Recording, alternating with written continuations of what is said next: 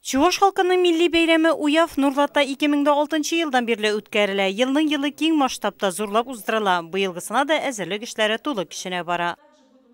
Всегда район несет основную нагрузку в организации праздника данного.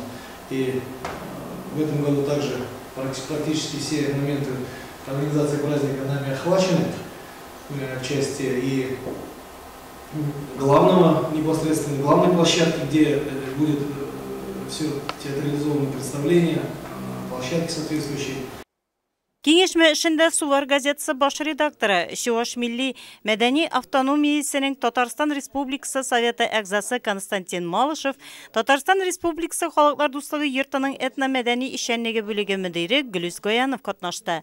Район башкарма комитеты җитәкчесенең социаль-мәдәни мәсьәләләр буенча урынбасары Әлфия Галәветдинова бәйрәмне оештыру эшләре белән җентекләп таныштырды. Быел да мәйданчыкта милли хуҗалык ишек аллары һәм һөнәрчеләр шәһәрчеге булачак.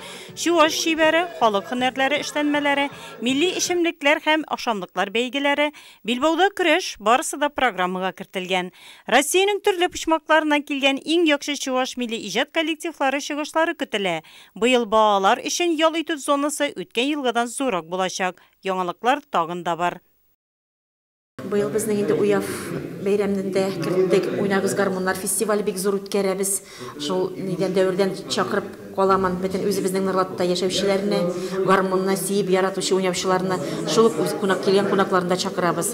Икенчесе без үткәрәбез балалар арасында мини-футбол чакырабыз. Футбол яратучыларына тагын гаилә шәҗәрәсе конкурс үтә.